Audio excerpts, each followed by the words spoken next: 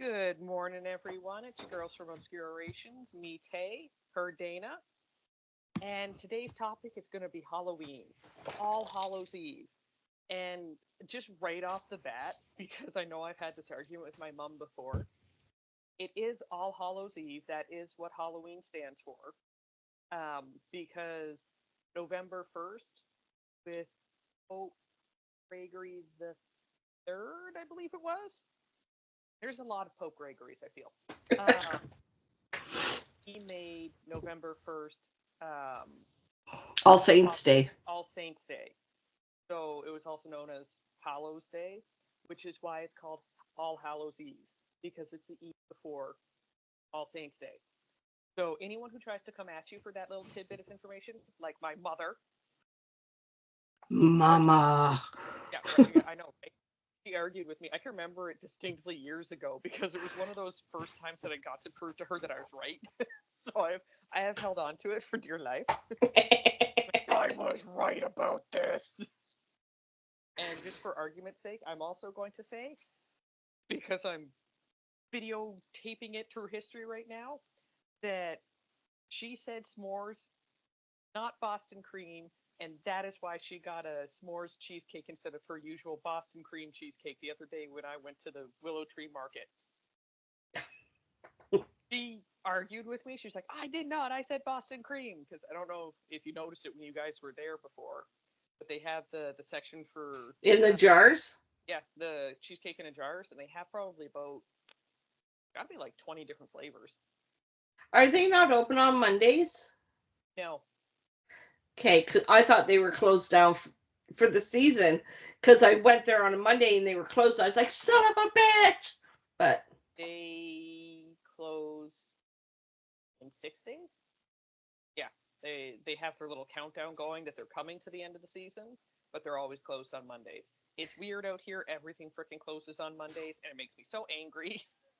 well, I was just thinking because we had those 2 good nights of frost, Mm, the apples. yeah, yeah, yeah. I was just gonna say all the stuff from them is just so freaking good this time of year. So for anyone who's not from here, it's a local uh Fruit stand market. yeah, say fruit stand market that sells local things that you can find around here. Like they bring it in from all over the county, local vegetables, fruits, baked goods, meals, all that kind of stuff. Absolutely love and adore them. And like I said, just the main reason of it was because my mother weirdly told me she kept on repeating that she wanted a s'mores cheesecake in a jar. I'm like, okay, if that's what you really want. Like you've said it 3 times to me now. Came home like, okay, here's your s'mores, and she's like, I didn't say s'mores. I'm like, yeah, you did. Yeah, you did. And then she finally, eventually, like I could tell that she knew that she said it because she went quiet, and I could see her replaying it in her mind, going, "No, I said, I definitely, no, no, no. I said Boston or Boston, Boston cream. Boston cream." And I looked at her and went, "No, that's what you normally order," which I thought was weird that you were so adamant that you wanted s'mores, but you kept saying it. So I went, "All right, I'm gonna get you the s'mores." And then she was mad. She was like, "No, you know me better. You should have known I meant Boston cream." So You now should be reading my mind. that was exactly it. I'm like, look, you know what? Not my fault. You misplaced your order. Lady, if you don't want the fucking cheesecake, I'd be more than happy to take it off your hands. That was exactly it. I was like, well, now it's mine. So yesterday when I went out, I grabbed her one, came back, and like, here's your stupid Boston cream fucking cheesecake. And she's like, oh yeah, because you know I was right. I'm like, no, it's because you won't shut up about it. You keep blaming me, and you won't eat the other cheesecake I brought you. She's like, Well, maybe I'll go for a car ride on Wednesday then.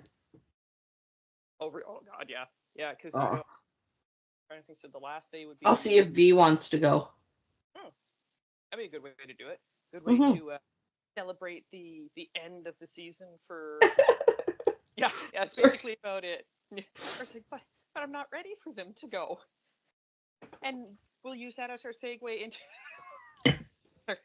Don't you love our We'll give our Labresh Creations a shout out for these beautiful tumblers. You too can order them. We'll link him at the end of this episode. as I almost drop it to the floor? It's fantastic. They're very durable too. Because trust me, I am a klutz. All right. Okay. So now back on to with the change of the season comes the reason for the episode, Halloween. As we stated, it's the All Hallows Eve, the night before Saints Day. It's not Satan worship. I'm a fan. It's just Richard. The skeletons. It says Die Hard fan. The skeletons. I just love the skeletons on it when they're ah. You can tell we're like easily amused because I bought a bunch of T-shirts off of it's the site called Turtle Tea, and no one. Oh yes, I love that. Oh my god, their site is so fucking fantastic. I have so many shirts from them that I bring back. The only thing that I wish that they did was offered V-necks because I cut all of the circle necks because the necks are like literally right here and they're like, hey, does your head fit through? We don't care. A little bit. But one of my favorite ones is I actually have it's got a teacup in it with tea and the tea bag in and it goes, this is my t-shirt. Oh. And I love it so much. It's like my own costume. That's how I'm going to relate that to the topic today. All right. So we'll start off before we get into the traditions. Like we have a few things to talk about that we did research on. So we did the general Halloween research. I did more research into the history of jack-o'-lanterns and the tale of Stingy Jack. That was one of the things that I went into because I can remember randomly seeing it one day and just being curious about it. So I went into that. I actually have the story saved on my phone, so I'll actually read that off to you. And then I went down the rabbit hole of Sleepy Hollow and found out that it's got so much more fucking history than I thought that it did. Right? Who would have thought Irving Washington's story would have got so much history? Well, yeah, I was going to say, like, I never thought that it had so many ties so much further back in history and then just what we know of it now. Yeah. So we'll start off with I'll let you start off with the histories and stuff of that for Halloween because I know you did that and I have my little notes written down for it. So take it away. All right. So, my foray into the history of Halloween, what brought it about, took me to Ireland with the celebration of Samhain. How many times I've wanted to punch somebody that called it Samhain? Yep. So I'll also add in as we're at the start of this episode, and it was mentioned in the promo that we're going to butcher, or I know I'm going to butcher some Gaelic because I'm also going to throw in some of the names, the Irish Gaelic, which is, I might also add, very different from Scottish Gaelic. Gaelic, oh yes. Because there's some words that I saw that should, that are like basically spelt the same and yet sound nothing alike. So that's entertaining and difficult. But it is one of those things of Gaelic you cannot sound out.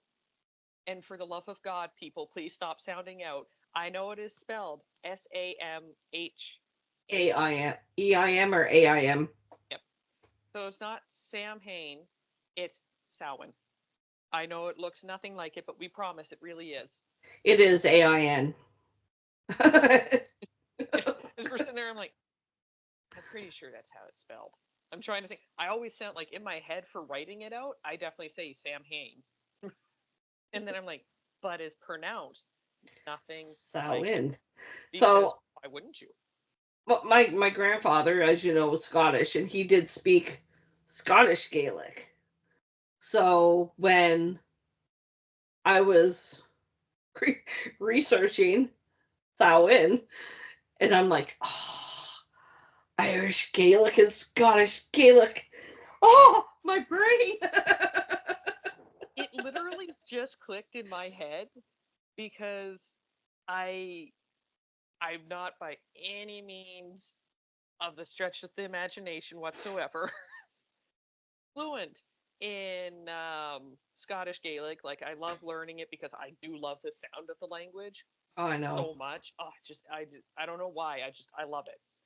Um, but I have learned some of it on Duolingo, and it literally just struck me that now looking at it and realizing that the MH, which in Scottish Gaelic make the sound, so therefore it would not be Samhain in in Scottish Gaelic. I'm like, see, this is why I'm fucked up.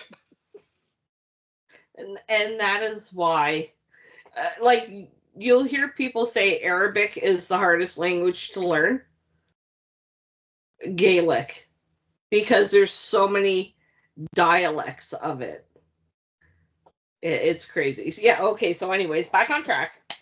Yeah, we're still talking about when we've suddenly gotten into the head of And I apologize because I'm old as fuck and need glasses to read. You're gonna see a screen. So this is what I got. So Samhain, a Gaelic word pronounced Samhain. It is a pagan religious festival originating in ancient Celtic. Yep. It's an ancient Celtic spiritual tradition. You're just like, I got a word in a sentence.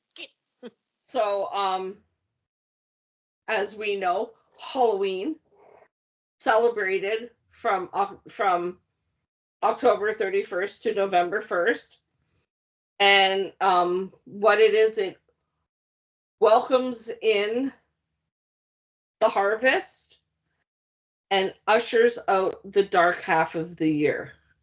Or ushers in the dark half of the year. Wow, my brain. I had breakfast. You'd think I'd be able to think coherently.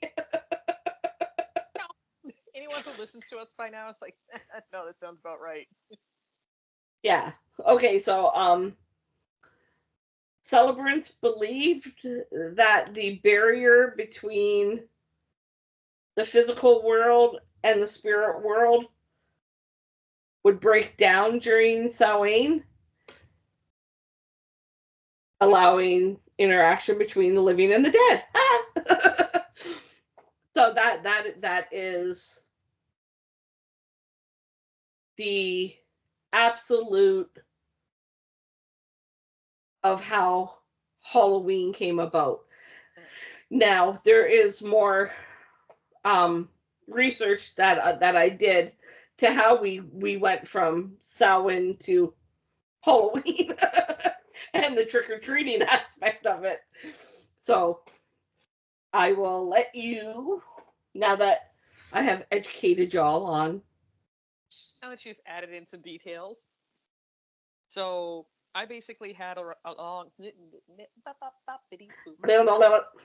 I basically had along the same kind of things where it's like, okay, we got Samhain, and what it was to celebrate a lot of the ancient worlds didn't celebrate the new year in like new year. Like you look at January 1st is very much a Christian new year thing, especially like in today's world, it's the equivalent of basically looking at going, okay, Chinese New Year's and our New Year's, not the same date. It moves around. The same with Muslim. Yeah, Muslim New Year's not the same. exactly. So you have the different timelines, and it's because if you look truthfully, and it makes more sense to me how we actually used to do the new year, and what Samhain was initially for was that it was because it was celebrating, like Dana said, it was bringing in the new year because the Celts knew that November 1st was when winter began. So they would have a big celebration, The and dark half of the year. yeah, the dark after would come in, and they knew that that's when it was going to get bitterly cold. You wouldn't be able to grow things. Famine would set in. So a lot of the times when you think about ancient civilizations, it was the time of year that you would make offerings, that you try to do things, and one of the things that I don't know why I didn't know before, but I should have, because especially the Celtic religion, especially Ireland and Scotland, I think even into England, but not nearly as much. Um, that's where the tales of fairies are, like, that's where they originate, is Hmm. over in those areas, the Celtic kind of belt. Um, so it wasn't just the the realms between, like, when a lot of people think of, okay, the veil thins and you can see spirits more easily. It's like, yeah, you can see spirits more easily, but especially over there, you run into the fae, the fair folk. And The veil must be thin 365 days out of the year in my house. your house is one of the I'm vortex. just saying. I live in a fucking paradox here. To be fair, there are those, like, so for anyone watching this and thinking that, oh, okay, Halloween is the only time of year that that happens, like, no, there's numerous times of years where everything's in flux. It goes all over the place, and anywhere that major events happen, there's going to be a flux in energies there, whether it's good or bad, it depends. But over in the Celtic area, the Celtic heritage, you run into the Fae a lot, fairies. And like when we're all kids, we all think fairies and we're like, oh my God, they're so cute, they're lovable, they're fantastic. You're Um, mean as fuck. yeah, I was going to say, you never, ever, ever want to ever deal with a Fae because they're not kind hearted. They're not nice. They, they're evil little tricksters. Like they always have to speak the truth, but they will weave around all the way where they're like, I'm telling the truth, but it's still gonna skirt around everything. So, on just a sidebar, there is for my horror movie loving friends, and I'm sure you've all probably heard it and watched it. But for those that haven't, there is a movie that came out this year called The Watchers, and Yeah. it's set in Ireland. And and so Norm and I watched it a couple weeks ago. It was on Crave, uh, one of our cable channels or whatever the fuck you call it now. Whatever you call that damn thing.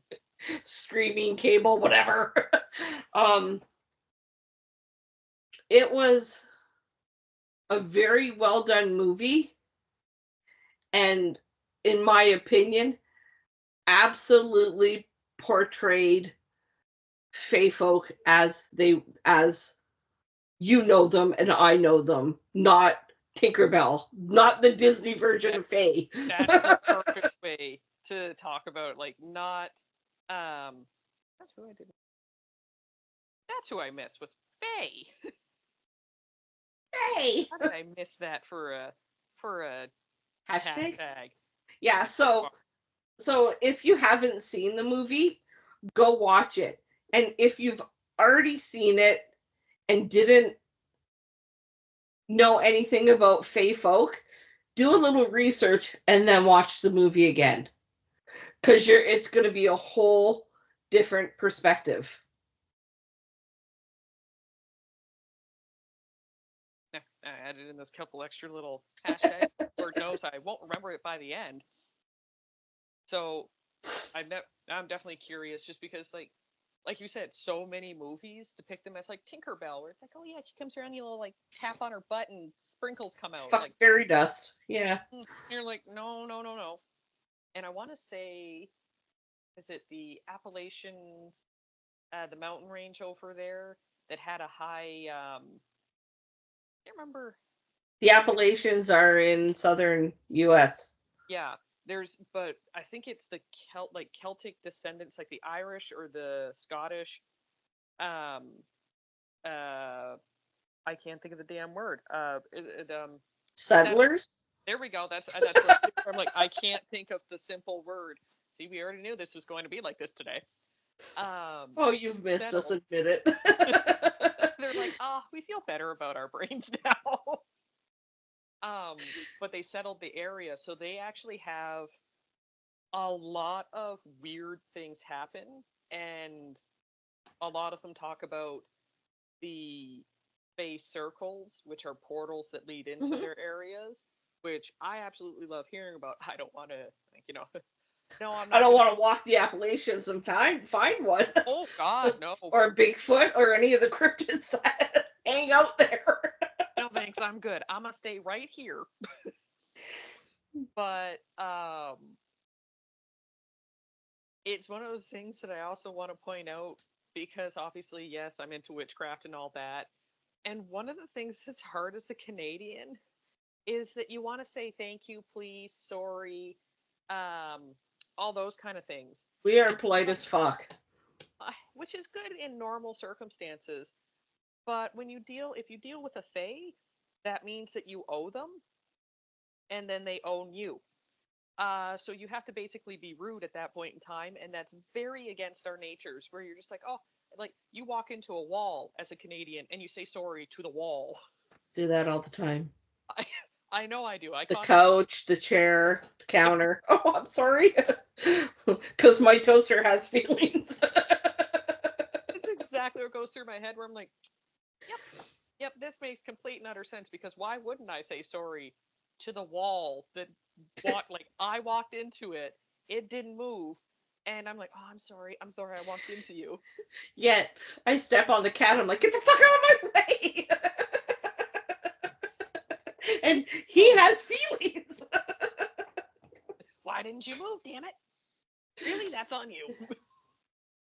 So I didn't know that they also had issues with not just the spirits that they were trying to avoid and banish and keep away, but they were also trying to avoid the fairies during that time of year, during the Samhain celebration.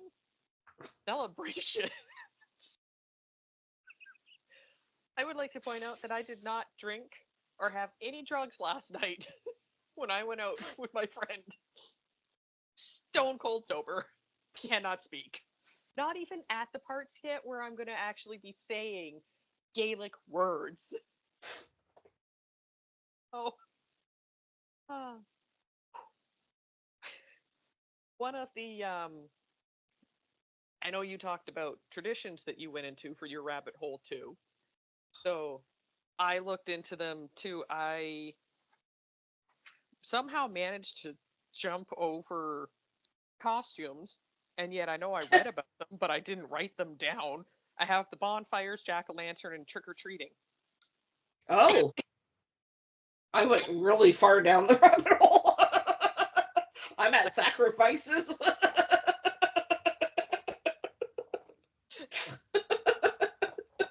Oh, I don't know how like I said, I don't know how I missed the costumes one because I'm like, that's the one that I've known about for years, and yet it's not even on my list. I don't know why. So I guess we'll start with the costumes because I don't have it written down, but at least I know about it. Um, Obviously, back then, when they first started it, one of the reasons why they did the costumes and dressed up wasn't to scare each other, but was actually to blend in and confuse the evil spirits and the fair folk that would come through because they would dress up like them and look like they were them. So when they came through, they couldn't identify that they were human. So a weirdly good comparison is actually, I don't think you've ever watched Hocus Pocus, so you won't know it. But in the movie, they actually have the part where the three witches go out during modern Halloween and the one sister can smell children and she's sitting there sniffing all around. She goes, Winnie, I don't get it. I can smell kids everywhere. But all I see are all these ghouls and devils and angels and ghosts. So they can't tell, they can't identify that they're actually little children until ah, they do figure it out. But the point being, like, that was truthfully the reason why people would get dressed up that time of year was to actually blend in and confuse the others that were around. Where it's like, aha, you can't identify me. But that actually leads into the trick or treat, and this is where I'm going to probably butcher my first Irish Gaelic because it was called trick or treat, and in Irish Gaelic, I really just wanted to say it because it sounds fun. Bub no bar, Bub no brob, which I'm sure is not at all how it probably sounds when you say it. Well, I mean, if you had an Irish accent, it would probably sound more. Barb or Brob, like. But I loved the sound of it, and it was they would get dressed up in the outfits, and at some point in time, people, probably like the younger kids, probably teenagers, let's be honest, it's probably fucking asshole teenagers who went, we can go around and we can confuse people, because the humans would also be confused whether or not they were talking to a true fae or a spirit or another human being. Right. So the younger kids would go around and they would actually say, okay, give us a treat or we're going to curse your house. Now, looking back at that now, I'm kind of like, well, that's just a dick move. Like, give me something, or, something bad's going to happen to your house over there. Could be a fire. Yeah. Could have no crops this year. That's right. Give me an apple. and that would be borderline the origin of Devil's Night. Yes. I'd be willing to bet that probably would be the start of it. Yeah, little asshole teens coming around going, hey, you know what? We're going to just screw all these adults over. And then it's turned into a much more innocent version of what it used to be, where you have kids, like, I mean, you think about it, you have tiny little babies. They look freaking adorable when they're being carried around drooling on themselves. They have no idea what they're doing. They're just like, hi, stranger. My parents dressed me up as like a pumpkin this year. I'm like, isn't my kid just so sweet and cute looking? Go ahead, give me some candy. I like Arrow. Because my 7-month-old eats suckers. Exactly. Yeah, give me the good stuff. Give me the Hey, good stuff. As a parent who had a child born on October 15th, that first Halloween was a lost cause, because there was no way I was convincing anybody my 2-week-old baby ate chocolate. Oh, well, it's fine. I did dress her up, though. Oh, I so would have. I would have still gone around and been like, trick or treat, give me the candy. I have the free give me the candy card. Yeah, we're accepting formula, binkies, diaper too. We will also accept straight caffeine for the parents. Anything that helps. Now, one of the new things that I learned in the research that I, again, didn't know anything about, I didn't know, and I'm not sure if you found in yours, is bonfires. That they actually used to be, we call them bonfires now, but they were actually called bone fires. And the reason for that was that they would actually take the bones of the deceased animals, light them on fire, and burn them down to ash. Now, obviously, back then, they didn't understand the fact that when you do that, you actually get super concentrated healthy nutrients for the soil. So what they were doing it for was to actually have the bone fires. They'd use the smoke to ward off the evil spirits. Then they would take the ashes and they would spread it across their fields. And it would, in their mind, ward off against death, because it would help the crops grow. And again, to them, certainly did. I mean, it's one of those things that now looking at, I'm like, well, yeah, we now know that, okay, like when you burn things down and you have the leftover ashes of stuff, we're told to go put it out in our gardens, because the nutrients will seep down into the soil and help feed whatever they're missing in that area. So let me ride your coattails. This was my research. I feel like sacrifices are coming in now. Ancient Celts marked Samhain as the most significant of the 4 quarterly fire festivals, taking place at the midpoint between the fall equinox and the winter solstice. During this time of year, Hearth fires in family homes were left to burn out while the harvest was gathered. After the harvest was complete, and this is where it gets good. I was going to say, this is going somewhere Bard. Celebrants joined with Druid priests to light a community fire using a wheel that would cause friction and spark flames. The wheel was considered a representation of the sun and used along with prayers. Cattle were sacrificed, and participants took a flame from the communal bonfire back to the home to relight their hearth. I mean, I guess I should feel. Oh, it just dawned on me that probably means that it was the cute, like, Highland cows. I'm not okay with that murder. Yeah. So, believe it or not, and this is what I love, and this is what makes me think October 31st should be a paid day off work holiday. Early texts present Samhain as a mandatory celebration lasting 3 days and 3 nights, where the community was required to show themselves to local kings or chieftains. Failure to participate was believed to result in punishment from the gods, usually illness or death. Mandatory.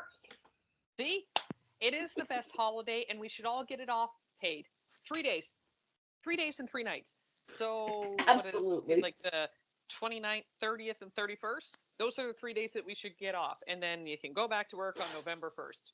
That's right. And let's be honest, basically all ancient civilizations, or at least majority of them, a good chunk, likes to do the orgies to celebrate. So, let's go back to the old ways. If it was good enough for them, it's good enough for us. I like that you're like, wait a minute. I didn't get that far. I mean, I wouldn't be surprised, because it was a fairly common practice across multiple cultures, where they're like, you know what we should do? We should have sex. Really what the gods want. There's nothing good on TV today. Let's go bone. We can bone at the bonfire.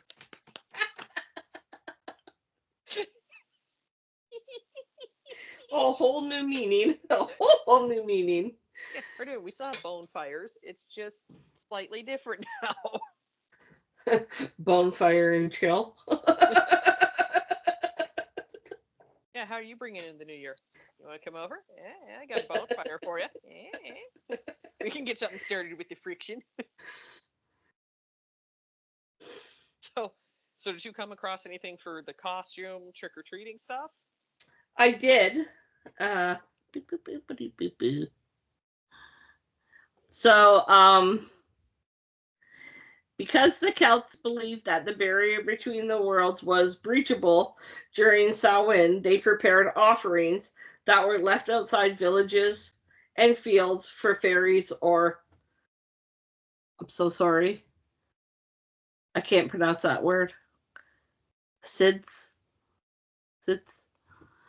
Anywho, it was expected that ancestors might cross over during this time as well, and that Celts would dress as animals and monsters so the fairies were not tempted to kidnap them. See, not nice things.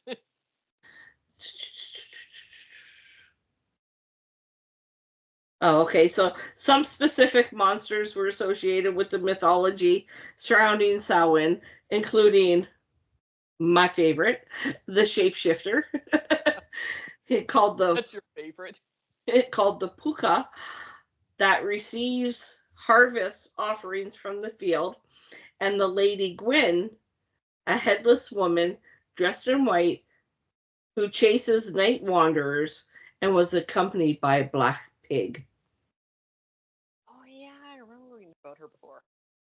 The Dullahan sometimes appeared as impish creatures, sometimes headless men on horses.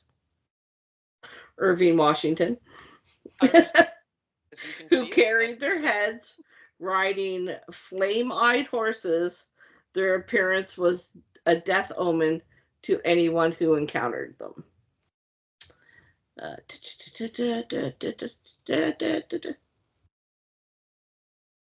Okay, so I gotta pick up my phone for this. I'm so sorry. One of the most popular Samhain stories told during the festival was the Second Battle of Mag Turid,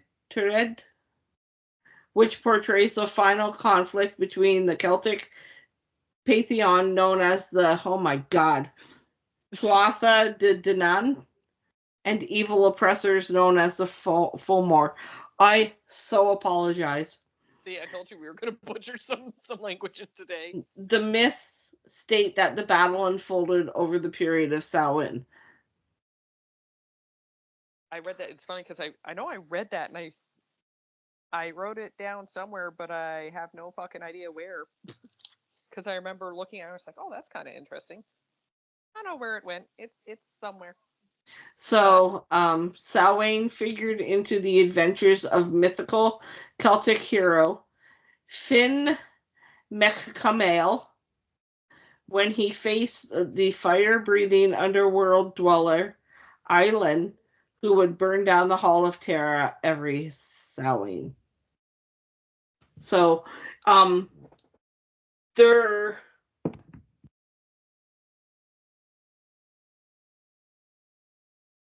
the Celts, what the fuck do they call them? We did a whole show on them, for fuck's sakes. Folklore? Mythology? No. Episode on them. Urban legends. Oh. Woo! I was getting there. So it seems like from what I because like literally there was like 105 pages I read. I know that feeling. It seemed like their urban legends all wrapped around the time frame of Samhain. Mm-hmm. So yeah, very focused on one. Yeah, making it the treasured holiday that it is. They understood like we did. They're like, you know what's a really good holiday? This one. As for the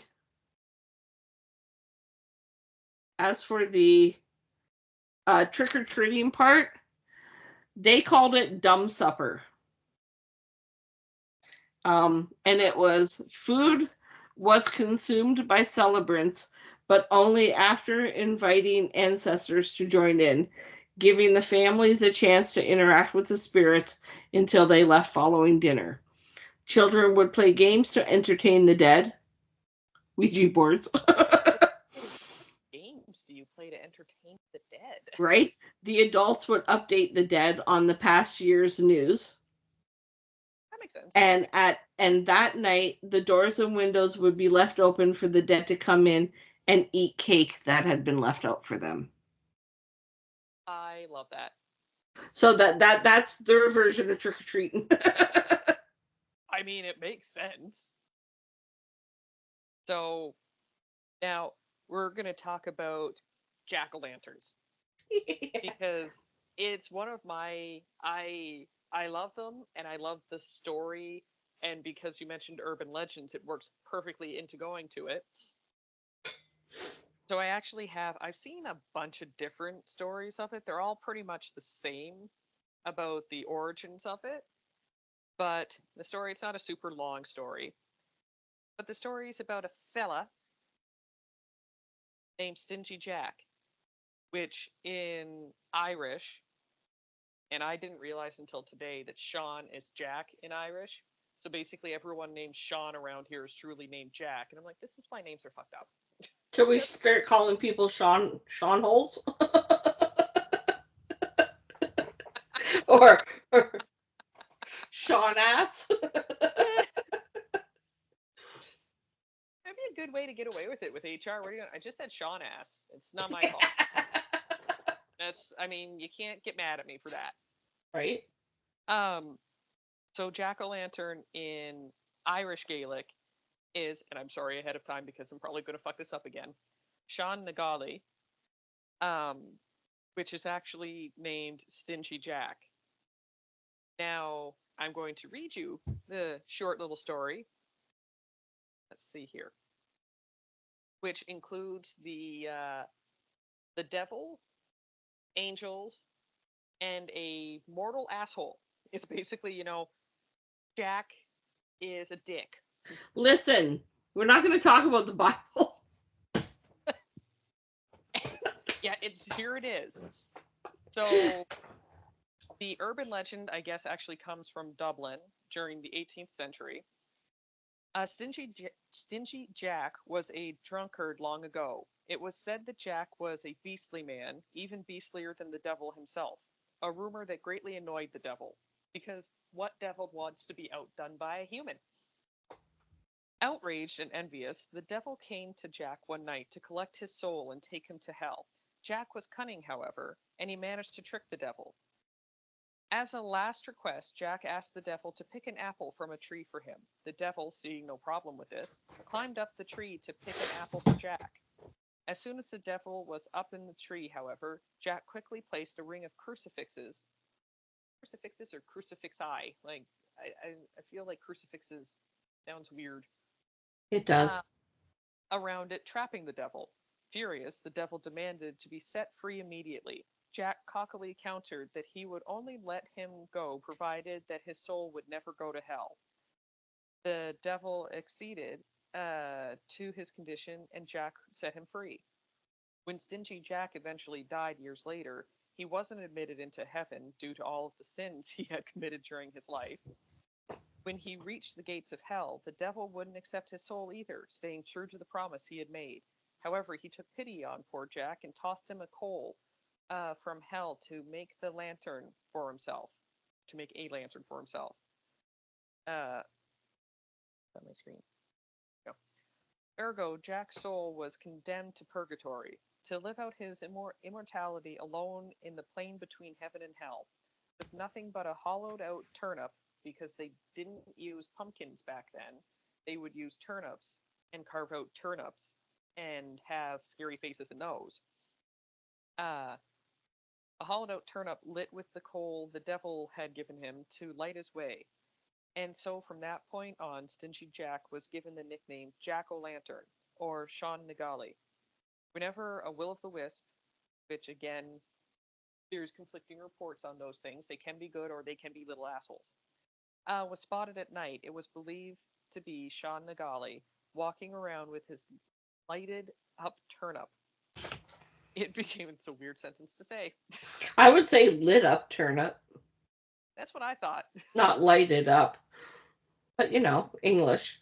It's fine. Their English isn't as good as ours either, so we're fine. It became tradition for people like Sean Nagali to create lanterns of their own out of turnips and carve horrible faces into them to scare off any evil spirits. This custom carries on to this day, but with pumpkins in the place of turnips, as they're much easier to carve.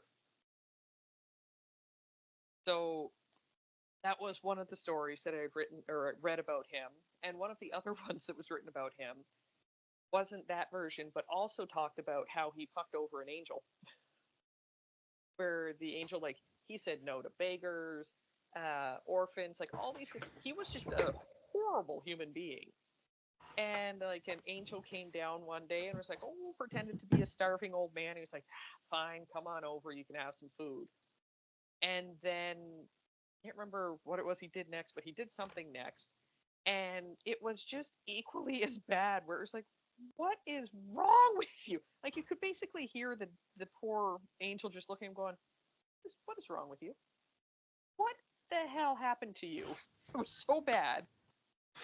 Oh, here it is. So this is a poem written back whenever the hell it came out. And it's going to read weird because it's obviously older English too. Greater churl was never known on this earth than Stingy John, another version of Jack. Because why not have 52 different versions of the name Jack? Sean, Jack, John. From his door the poor were turned, unrelieved and cursed and spurned. One night Jack was homeward coming. Midnight round his path was glooming. As he reached a river's side, someone near him moaned and cried. For the love of heaven, he said, mercy have and lend me aid. Way-worn traveler am I. Leave me here and I shall die. Stingy Jack's hard heart was touched.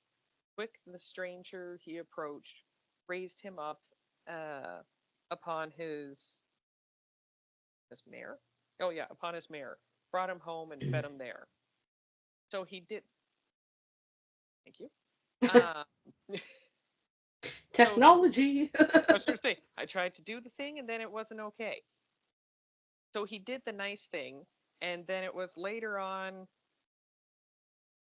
don't remember where the hell it is now on this damn thing. Oh, Vegas. Um, but later on in this damn thing, then it came about where he's like, oh yeah, he did that, and then went out and immediately was not helpful again. Still continued his wicked ways, and the angel's like, done with you. So then he was spurned from going to heaven. He was spurned from going to hell. And instead, he just gets to go on in purgatory for the rest of days until the end of time. And I love that that's the history of jack-o'-lanterns. Because when you look at them, you're just like, okay, people carve the eyes and nose and mouth out of a pumpkin. And I don't think anyone would ever think, oh, it's A, to scare away evil spirits. B, they were made from turnips originally. And C, it's to help light the way for lost spirits too, for any of the good ones that want to follow a route along purgatory with Jack or Sean or John or whatever version of the name you want to go by for him. Uh, it's it's just an interesting part of history that I love, and it doesn't date back to the origins of uh, Samhain. Like it's not back from when the Celts were around. Like this is during the 18th century.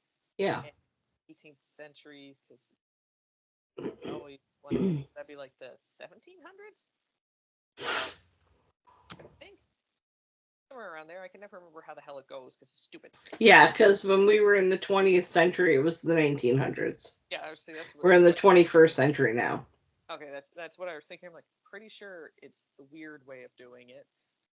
So yeah, so you think about it, that is a long stretch of time in between when Samhain was first around and it coming out in Dublin going, all right, well, this is why we have jack-o'-lanterns, or the story behind jack-o'-lanterns, adding to it to kind of like fill out the rich history of it for me.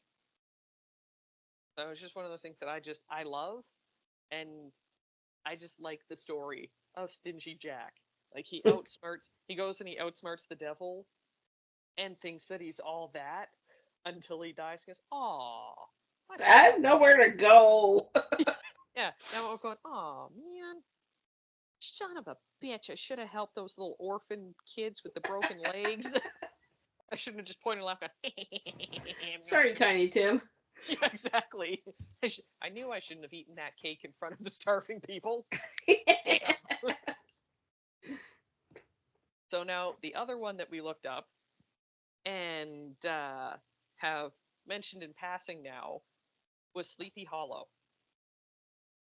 So I'll let you start off because I ended up getting like a freaking page and a half of just dedicated notes to Sleepy Hollow because I was thinking, like when I had seen some of the stuff that you'd sent me last time, like, oh yeah, there's not really much on Sleepy Hollow. Like Washington Irving made it back in like 1820, I think was when it originally came out.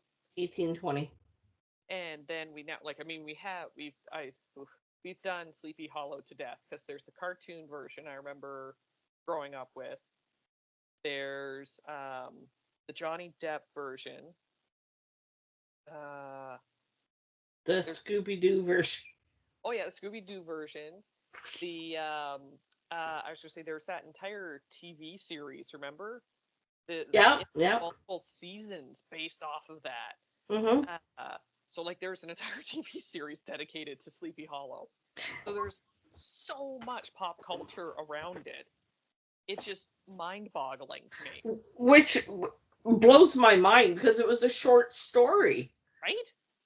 Like, Do this with like I don't even think it was probably 3 pages long. If that. so this is what I found about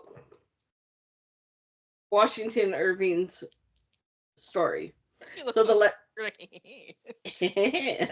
so the Legend of Sleepy Hollow, published in 1820, was a short story by American author Washington Irving, and it was in a collection of 34 essays and short stories titled The Sketchbook of Geoffrey Crayon. So, like, didn't make sense. Now, Washington Irving was American, but The Legend of Sleepy Hollow was written in Birmingham, England.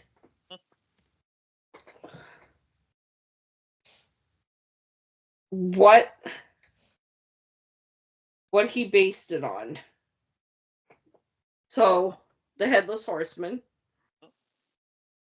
sometimes known as the Galloping Hessian, is portrayed with a pumpkin, often a jack-o'-lantern, while riding a black horse. We all know his cape flowing in the wind. A no head, just how does it? I want to know how the cape stays on. Maybe they left a little neck stem. Anywho. The story goes that the Headless Horseman is actually the ghost of a Hessian soldier who was decapitated by cannon fire during the Revolutionary War. God, that would be gory as fuck. Oh, God, just... Oh. So, I have a synopsis if you want me to read that. So yeah, why don't you do the synopsis? Then I'll go over the rabbit hole that I went spiraling down. Awesome. So, the protagonist of the story is Ichabod Crane. We all know him very, very well. He is a Yankee school teacher who lived in Sleepy Hollow, a Dutch enclave on the Hudson River. Again, the story was written in England. A suggestible man, Crane believed the ghost stories and the tales of witchcraft he heard and read. He is particularly impressed by the tale of a spectral headless horseman set to haunt the area, not hunt. They didn't hunt. Ghosts don't hunt. Crane is also a mercenary, and he courts Katrina von Tassel, mostly because she is the daughter of a rich farmer, and he wants the big inheritance. Abraham Van Brunt, also called Brom Bones, is Crane's jealous rival, a local favorite, and a rash horseman who often plays tricks on the schoolmaster. Late one night, as Crane rides home from a party at the Van Tassel's home, he is suddenly frightened by a ghost-like headless horseman. The ghost pursues him and hurls at him a round object that he takes to be the head, but is later revealed to have been a pumpkin. The schoolmaster is never seen in Sleepy Hollow again. So, just from that synopsis, you can surmise that the story is maximum 7 pages long. Oh, yeah. How the fuck they got a 3-season show out of that is beyond me. Beyond me. Like, I know, I can remember seeing commercials for it, because I want to say it was on CTV. It was on CTV. I remember, that's what I remember growing up. And I remember... The CW. Was it only... I thought it was on... Like, it went across multiple stations. Yeah, CTV might have shown it in Canada, but because we live so close to the border, we got American TV stations. Hey! So, I didn't watch it, but it was on the CW, and I always saw the commercials when I was watching Supernatural. Yes. I was saying, and I can remember they did. I think what probably saved it, sort of. I don't know if "saved" is the right word, but made it a different-ish twist was the fact that I think he was Ichabod Crane, or he was supposed to be Ichabod Crane, found like some sort of time loop area that he went to the future because he was in modern day, and then the horsemen followed him still. So I think it was basically still the retelling of the same story, just, hey, we took them and we moved them to the future. We gave him a cell phone. Like, hey, how are you doing here? And it's like, oh, okay, that's different, I suppose. I mean, I can remember wanting to watch it back then, but it was one of those, like, I never got around to it. And now I don't think I've ever seen it anywhere else. Like, now that I'm thinking about, like, it's not on any of the streaming services. No, Obviously. not that I know of. So for me, I went down the rabbit hole of following, like I said, entire page and a half.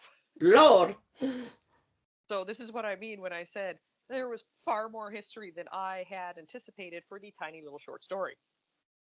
So, as you mentioned, Washington Irving, he was heavily influenced by the Haitian soldier. Um, in 1815, he actually was in England visiting, which is why he was able to write the story, the English story, and bring it back with him. He met Walter Scott in 1817, who was another famed writer. Um, and he was interested in German fairy tales. He was actually, I put obsessed, but I'm sure he wasn't probably obsessed with it, but he was very concentrated on the Brothers Grimm's tales. Oh, okay, yes. So he was very much into that. So this is where it got interesting to me. The Brothers Grimm had 3 stories recorded or retold, I'll say, because they didn't always write their own stories. They collected them and put them together. So the one is called The Wild Hunt, and it's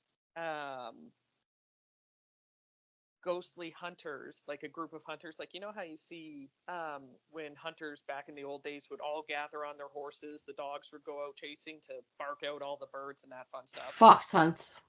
Yeah, pretty much, except now you're going to have souls instead of foxes, as the hunting spirits would literally come through and chase after the souls of the people and just do it for fun, essentially, which sounds horrifying for me.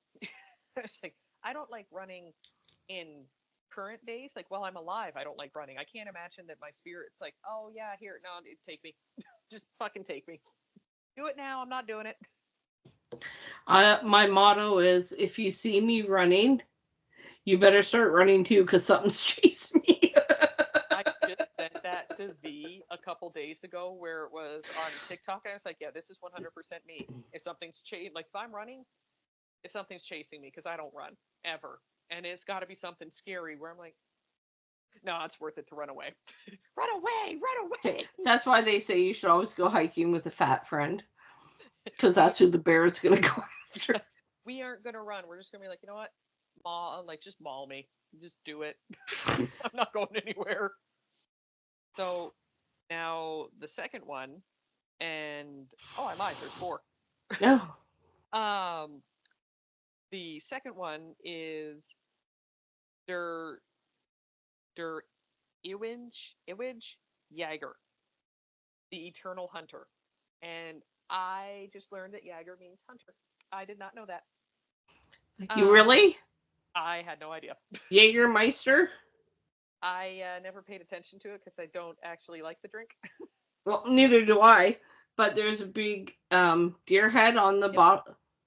Mr. Hunter. Master Hunter. Yes, that makes sense now. Oh, and see, look at that. See, you all just watched me learn. I'm pretty. That's all that matters. I'm pretty. I knew that my mother used to drink it all the time with my uncle, and bad things would happen.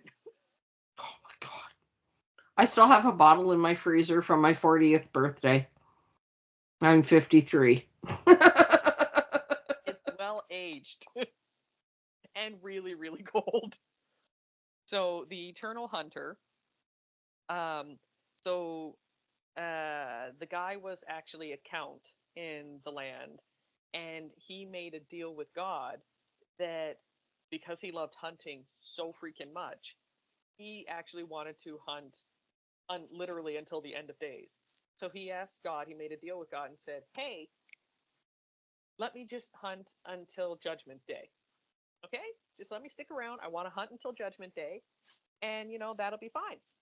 And God was like, "All right, let's have fun with that, because that's you're going to be here a while." Right.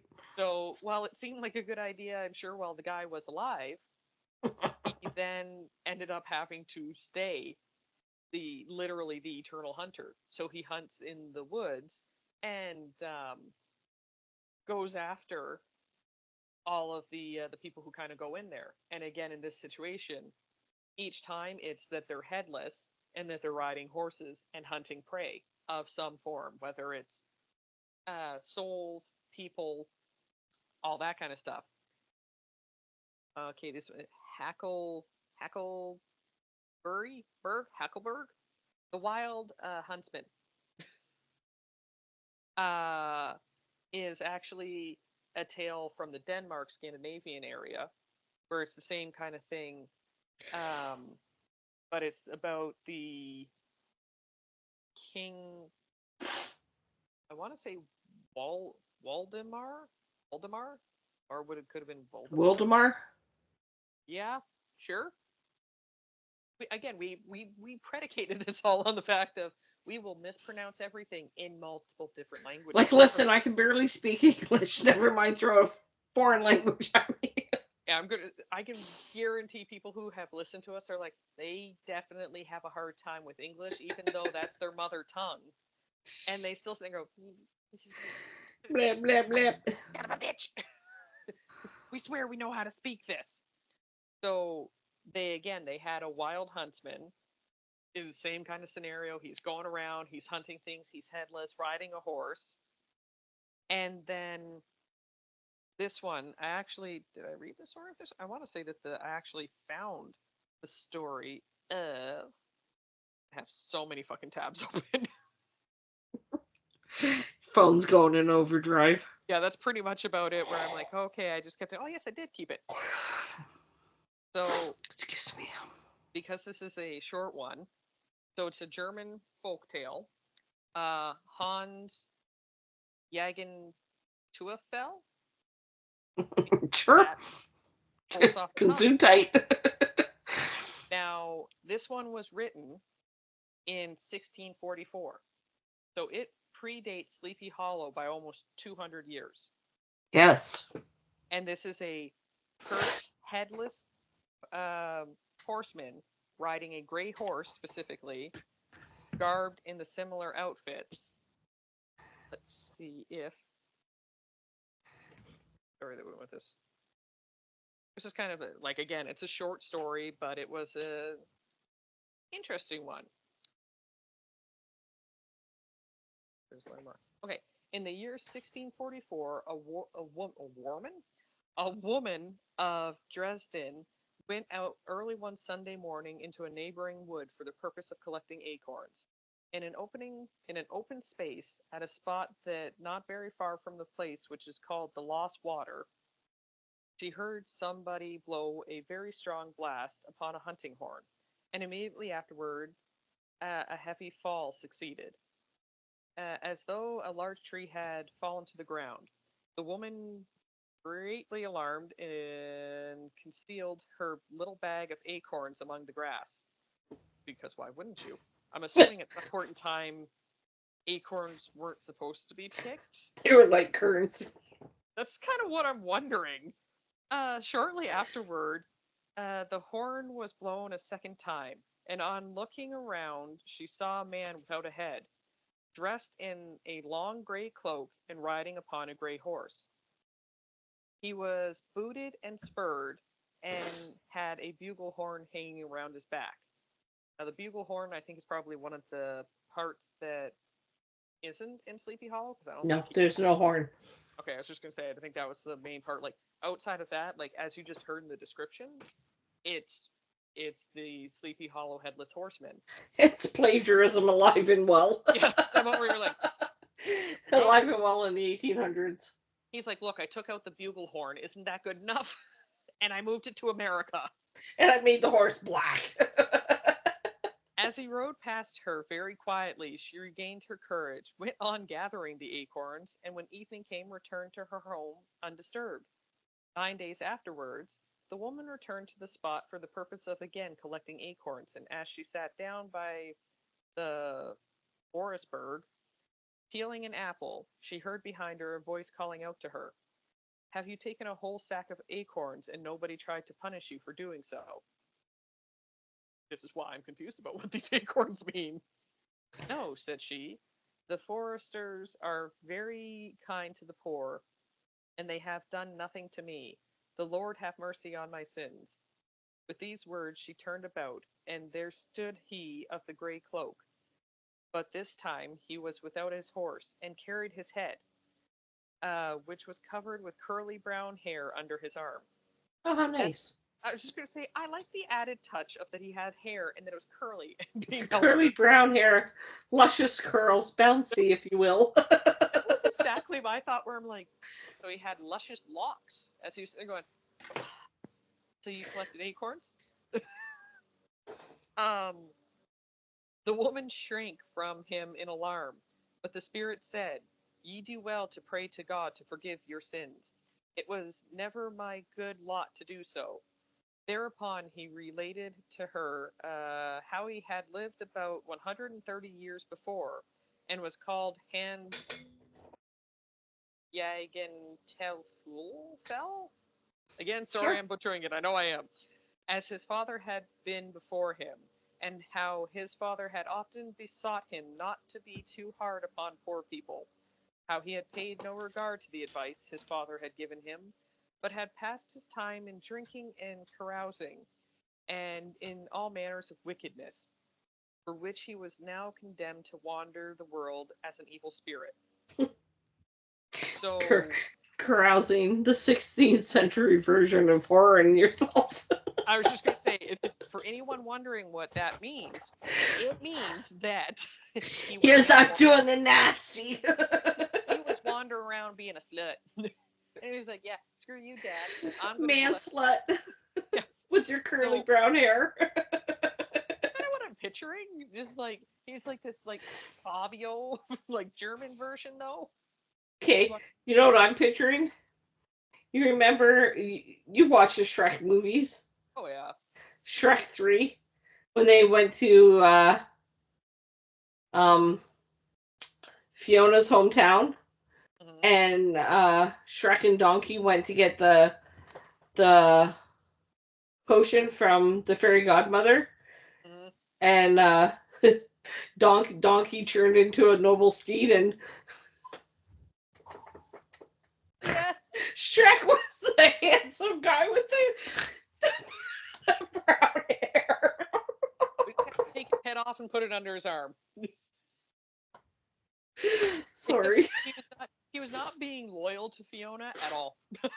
And I mean, you remember the three girls in the barn? Yes. When he woke up, they were whores. Yeah, suddenly those aren't such child-friendly movies. Shrek was not a children's series. No. Yeah, like, I mean, think about it. In the first one, when Lord Farquaad was looking at the TV, and we see in the bed, yeah. Yeah, you're watching, you're like, you know, so many people are gonna go watch that movie and be like, God damn. Because if you missed it, you don't know it's there, right? I didn't know about it for years until I went back and I rewatched it. I'm like, oh no, bitch. Oh, the second time we watched it with the kids, right? I'm watching it, and I'm like, I look at Norm, I'm like, Farquaad just, like, pop a boner? He's like, what? We rewind the VHS. Go back Sure in. enough. There it is. Well, let's be honest. There it is. Yeah, he was a tiny man. So people are going to be watching this and be like, now you've destroyed Shrek for us. So And sorry. started off as the Sleepy Hollow Headless Huntsman, dating back to 1644. And one of the things, too, the Walter Scott fella obviously he's dead. Obviously. Hopefully. You know what? Maybe he's the new Headless Horseman. Maybe he's still Maybe. alive. So he was actually originally from Scotland. And Aye. Aye, laddie. So he was actually used to these kind of tales, which we kind of glossed over, about the fact of in his homeland, there's one for Ewan of the Little Head, which just made me giggle, of course, when I read that. And knowing about other kind of wraiths, because you mentioned them earlier in your research for the Celtic kind of rituals and things that they would run into, who were the Dullahan, that were ghosts and sometimes had their heads off as they came out after people. So you had all of that, and again, all of that predates Sleepy Hollow by centuries.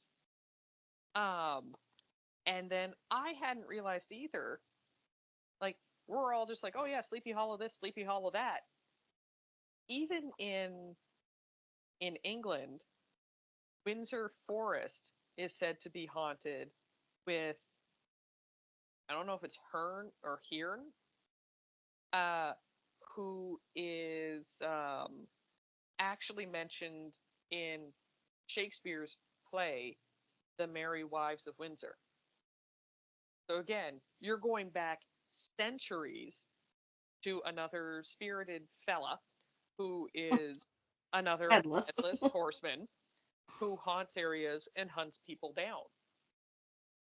So I went down the rabbit hole of finding out that there's so much more to Sleepy Hollow than what I thought with it. Like you said, a tiny little short story, and it's what most of us all have come to know. Mm-hmm. And it's like, oh, okay, this is what Sleepy Hollow is. It's a headless horseman. He comes after you. I didn't know that, like you said, basically he plagiarized from a very short story from 1644. You're like, okay, well, yeah, this is what he was wearing. This is what he looked like. Oh, okay, yeah. Okay. I'll take out the curly hair locks. I'll give him a pumpkin head instead. I'll take away the bugle horn, move it. No horn for you. And I got my own story here. It's okay. It's not plagiarism now. So now, it. I'm gonna create our own rabbit hole here. Uh-oh. Who's to say that the headless horseman doesn't stem from Greek mythology and the centaurs? Oh, Half man, half horse. yeah. Think about it. They cross, you got a headless horseman. Yeah. That's my rabbit hole. You're welcome. Suddenly we're going, you know what? We're going to go even further back in time. We're going way back. Plagiarism started back in year 5000 BCE, before Common Era. Well, it's one of those things that when I have stuff like this, it's one of the reasons, I suppose, why I love witchcraft and history so much, is because to me, I do believe, and I always have and probably always will, that the other things are out there. Because there's too many crossover similarities. Like, if these things didn't exist before today's era, like before technology was invented, then I'd be like, ah, yeah, no. Because now we have the ability, no hurting yourself, stop kicking things. Now we have the ability, like, if I say something about, we'll use dragons, for example. oh, I saw a dragon over my house today. Someone in Tokyo could hear about me like, oh yeah, well I saw a dragon over my house today. And you could see how obviously things would be shared around the world because of the internet. Easy access to information, literally, like, I mean, we do research. We have our phones right here, and we can look into all of it along with the books that we have that are spread out throughout the entire world. Right. Whereas when you go back throughout history and you know that we didn't have that ability, and yet all cultures share so many different stories. They share fairy fairy tales, fairy, fae folk, dragons, vampirism, giant ass snakes, uh, all these kind of things that were around. And yet they are massively different spots in the world happening at the same time. And there was no crossover. Like we've watched it for years where it's like, okay, look down at like, we'll use the Mayans, for example, and then we'll use the Druids over in the Celtic times. They never cross paths or anything like that, but they have things that still overlap between their belief systems, believe Mm-hmm. their with what they saw. So to me, it's one of those things of you kind of gotta question things that go on, like the headless horseman. You just heard about us talking about it for all of these different eras, going back further and further into the past, and obviously being able to go, okay, well now you have to cross over from here to here, but back where they originate from, they come together here, but originally they were way the fuck over here. It's like, all Yeah. right, well, these guys had nothing to do with these guys, and yet somehow they came up with the same stories at the same time. Oh, good example, weird example, baklava. No one knows. Baklava. Depends on where you're from. It's okay. It is not actually proven in history where it originates from because in multiple different areas at the same time they have it. So growing up, I only thought it was a Greek dish because that's what all of the Greek places, like we had a bunch of them in South Windsor where I grew up. We had a bunch of Greek places. All of them had baklava, however you want to pronounce it, depending on your area. Um, they always had it, so my mom would always get it from them. And then as the Greek places closed down and we had more Middle Eastern places open up, what we noticed, what was weird, is that they also had baklava. And when one of the girls who worked with us at Curves came in and she's like, "Oh, hey, do you want some baklava?" I'm like the Greek stuff, and she's like, "No, it's a Middle Eastern dessert." I think the Greeks would beg to differ about that. And she's like, "No, we invented it." She was adamant. And for years, I never looked it up until I think it was like a couple of years ago. Randomly, my mom and I were talking about, like, yeah, who did come up with that? And I went down the rabbit hole of looking through all of it. And the truth of the matter is, they can't figure it out. It's kind of like spaghetti. Yep, the Italians will kill us now, but So it's like sorry. So now, besides the pronunciation, you also find it from Middle Eastern Europe, Croatia, Serbia, Bosnia, Hungary.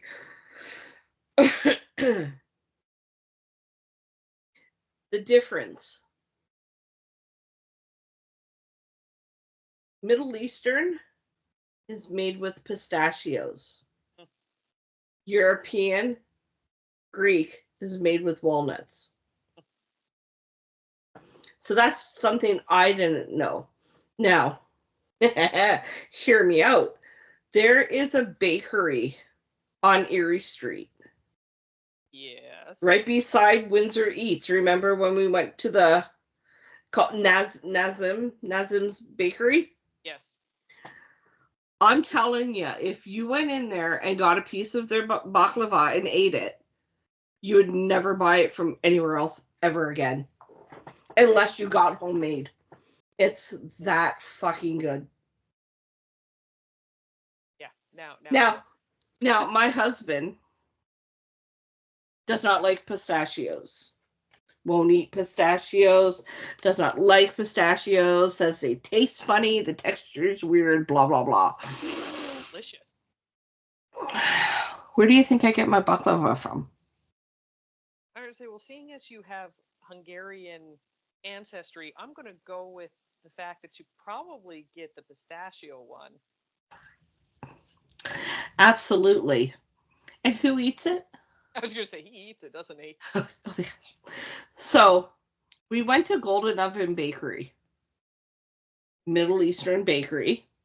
The owners are Middle Eastern.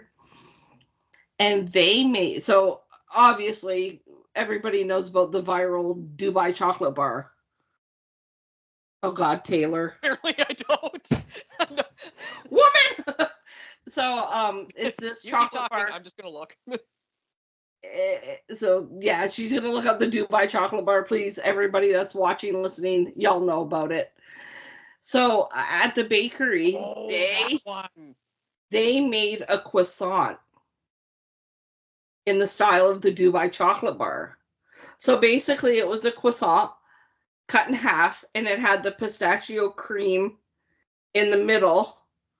Then on top, it was drizzled with chocolate and had 3 pistachios on top. So it was not cheap. It was a $7 croissant. But my son and I both love pistachios, so I'm like, Brendan and I can share that. We can share that. So we get home from the bakery, blah, blah, blah. I say to Brendan, I bought us a treat. If you eat half before I do, let me know how it is. So that night, he eats half of it, and he comes back upstairs. He's like, that was fucking amazing. He goes, that was really good, Mom. He goes, that was really good. I'm like, sweet. So in my pea brain, I'm like, oh, I'm going to have that tomorrow. And then I'm going to ride the bike for 5 hours and burn off the calories that I just consumed. And I was so excited. So I think it was Monday morning. Yes, because we went on a Sunday. Monday morning, I wake up. It's like 7 a.m. I bound out of bed. I'm like, oh, I'm going to have my coffee. I can't, I'm not somebody that can eat right away when I get out of bed. Mm-hmm. So about 9 a.m., I'm like, oh, I'm gonna have my croissant.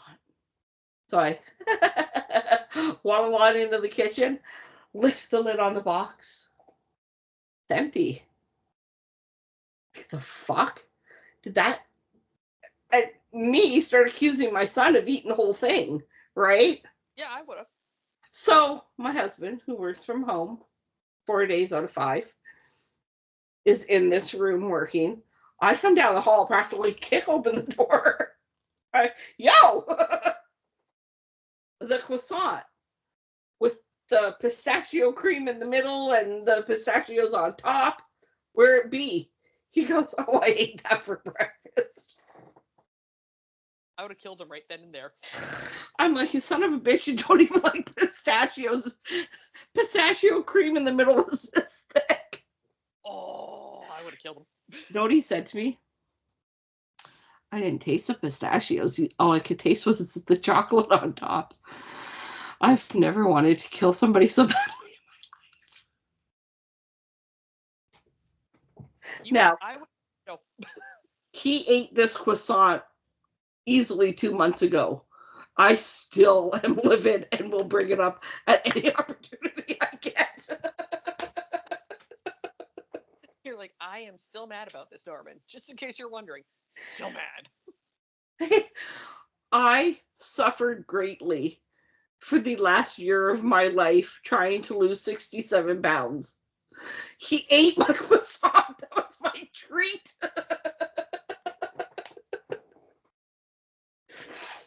Oh, you're like, look, I get very few treats right now. While I'm losing the weight, right? I'm trying to get it off. You ate my treat. Suddenly you turned into Ross from that episode of Friends when the sandwich away my sandwich with the moist maker. I love that episode. That's all I'm picturing right now for you with the croissant. You did what? You ate what? All right, You know what? I think I really, really would have been pissed if it had been like the sandwich where he took a couple bites and threw the rest away. I would have killed him. There again, there would have been death. There would have been dismemberment. My husband is a very hairy man. I would have drugged him and pulled out each and every body hair with tweezers. If he had wasted that croissant, he's fucking lucky he ate it. Let's be honest. I don't know what would have been worse though. Had he eaten it, not liked it, but not thrown it away, but like done one of those where he ate a bunch of bites of it and left you like a bite and a half. Because I think that to me probably would have been the worst. That's not even funny. Throwing it away, like, yes, that would have made me mad. And it would have been that moment of looking at it going, can I save it though? Is it touching anything? Is it just like floating on top? How long has it been there? Can I get away with eating it and nobody knowing I've been there? Exactly. And you're like, I spent good money on you. My husband's an asshole. Like, there would have been questions. You would have been wondering at that point in time. But then to like add the insult to injury where you had a bunch of bites and then went, I don't really like it, and left you, like I said, a bite and a half. I think that probably would have been when I was at the epitome of anger. Or left like the very end of the croissant where the corner is and it's all just the crunchiness and there's nothing on top, nothing in between. And that's literally exactly what I'm picturing in my mind, is that like the bite and a half has no filling in it. And that's why he left it. It was just the way he looked at me. He's like, oh, I ate that. It was delicious. And I'm like, I fucking bet it was. I'm like, really? I go, it was full of pistachio cream. Chopped up pistachios on top with 3 whole pistachios mixed in with the chocolate. And he's like, oh, all I tasted was the chocolate. See? And this is what leads to Headless Horsemen. You almost made him one. Yes. He could have been the Headless Horseman of LaSalle. Instead of hunting people, he's hiding. What are you doing? My wife's around. Don't let her get me. So, on that note. Now that we've plotted a murder most foul. And we touch my pastries and die, okay? I eat very little sweets. All I wanted was to try. So you know what? The next time I go to Nazim Bakery, they actually sell the chocolate bars there. They make them and sell them there. I'm going to fucking get one and hide it. Yeah. And I'm going to eat it. It may take me a month to eat it, but I'm eating the whole thing. One of our outings is we'll go out one day and buy one and try it. Oh my god, those things look so... Yeah. Nobody looks in my underwear drawer but me. I'll hide it there. I can't even say my sock drawer because I'm pretty sure they both go in there to get socks. Open it up. Hey, there's a chocolate in here. Split it, son. Okay. It's got pistachio cream in it. Yeah, exactly. This is going to be fantastic. Nostrils flaring, anger seething. Oh my god, could you see me if I went to get it and it was gone? Oh, that's my shit. You would know because the men in the house would have packed up their belongings. You just would have seen Norm frantically, grab your things, let's go.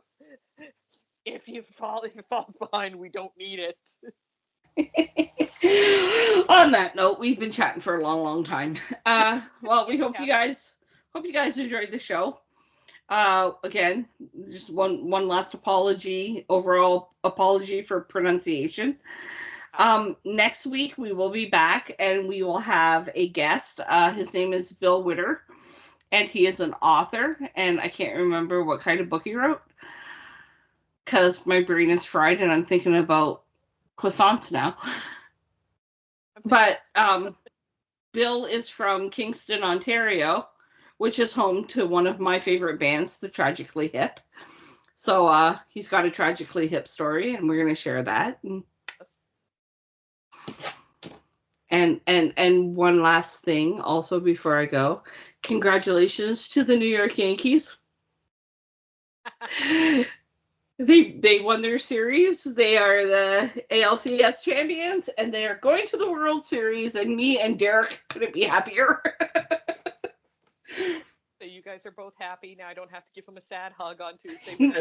No sad hugs on Monday. High five them. Meanwhile, all I care about is today is the football game between the Lions and the Minnesota Vikings, and I'm really hoping that we win because so far Minnesota Vikings have won every game that they played. Really? Yeah. Ooh, they're having a good year. I would say so. So that makes me a little bit nervous. I'm like, oh, it's like we're doing good, but Ooh, a little warm in here suddenly. So, have a good week, everyone. We will be back. Yep. And like I said, next week, Bill Witter. And then for me, as Taylor said at the beginning of the episode, I'm a total Halloween whore. I have a 7 foot tall zombie on my front lawn right now, along with, severed heads, hands, skeletons, you name it, spider webs. I am going to take photos, and I will make a collage to share on All Saints Day about my Halloween, because if this kid comes to my street, comes to my house again, his mom has a Roddy, and so she's always walking the dog when he's trick-or-treating, and she always has a costume on the dog, and it's so fucking adorable. Last year he was a hot dog, and I could have cried looking at him. I feel like all the Not the kid, the dog. The kid was some kind of creature. The dog was a hot dog, and it was adorable. That would be me exactly, being like, oh yeah, there was a kid there, but the dog. Yeah, the dog. Doing that, I will hopefully get back on track and do another book review this week. Oh, fuck me. I still got to do my book review for Cotton Candy. It's fine. You're like, I'll get there. It's been a crazy month. Yes. With home improvements, a trip to Niagara on the Lake, my daughter's birthday, Halloween. Yeah, it's been a busy month for us, and like I said, my next one coming out is not Star Wars related for a change of pace, so that'll throw everyone off. But then my following one will be a Star Wars one. When I finally finish that, the book that I've been holding on to, holding off reading for 3 months because I'm not ready to say goodbye to the character. So my denial factor plays a part in it. I'm like, if I just don't read the end. I did that for the Stephen King series, Dark Tower. When I got to, I'm like, I can't do this. I can't. I had to mentally prepare myself for the demise of the people I loved. My content. I say that is 1,000,000% how I get where, if it's a standalone book, that's fine. I can read it and be like, okay, that was a good story, and move on. But when it's a continuation of characters that I've now known for 2 to 3 books, or in this case, because it's the Grand Admiral Thrawn series. So there was the original trilogy that came out, and then the guy did a prequel trilogy. So you got to know the characters even more than what you learned about them in the other ones. So I am now ready to be able to say goodbye to my friends for now, or see you later, because for months I was like, I'd grown so accustomed to them and their voices and all that. I'm like, I can't say goodbye yet. So I put the book down and grabbed other ones to read. Those last 3 Harry Potter books wrecked me. I mean, fucking wrecked me. I still remember the day book 6 came out, The Half-Blood Prince. Oh. And I always pre-ordered, so chapters always delivered the day it came out. And the mailman knocked on the door to hand me the book instead of just leaving it on the porch. He knocked on the door. he hands me the book and he looks at me and he's like, "You'll need Kleenex," and like literally ran off my porch. And I'm like, what the fuck? Yep. I can remember reading that, and I got to that same spot when Severus kills Dumbledore, and I was so upset. And hashtag spoilers if anyone at this point in time, like if you don't know by this point in time, like 20 years later, that's on you. But that I can remember being up late reading that, and I left my room and came out to my mom like, oh, I'm not okay. Oh yeah, and then what was book 8 when Voldemort killed Snape? And the memories, I'm like, fuck me. Why? I'm a 40-year-old woman sitting on the couch crying, like reading a book, and of course, Ron's like, "Are you okay?" Because the man has no feelings.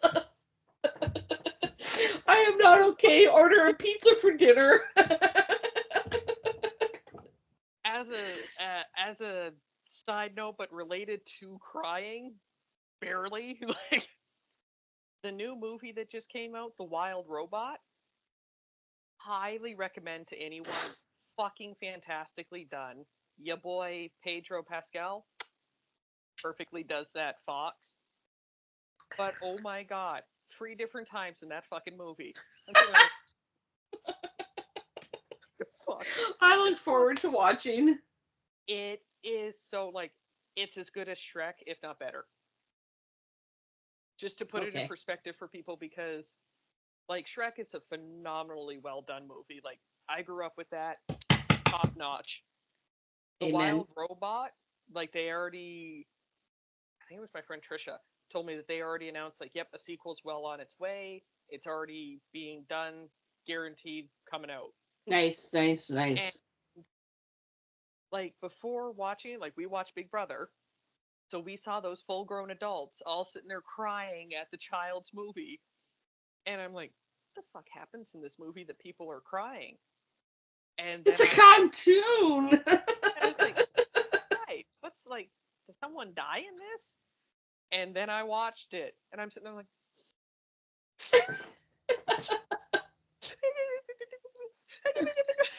I'm okay, I swear. I'm fine. Got to the end of the movie, I'm sitting there wiping away tears. I'm like, that was so good. That was so good.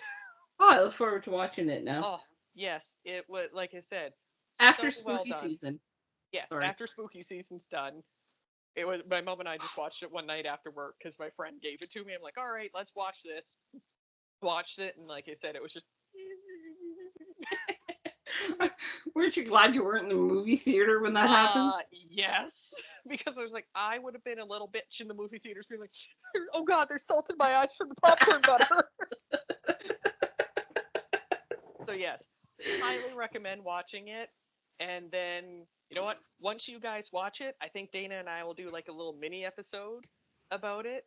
It'll probably, you know what? I was going to say it's probably going to be like a 10-15 minute video, but no. They never are. Yeah, I was going to say it'll be. This one's probably like an hour and 48 minutes long. Yeah, we don't do minis well. So, see you all next week with our guest. Have a great day, everyone. Ciao.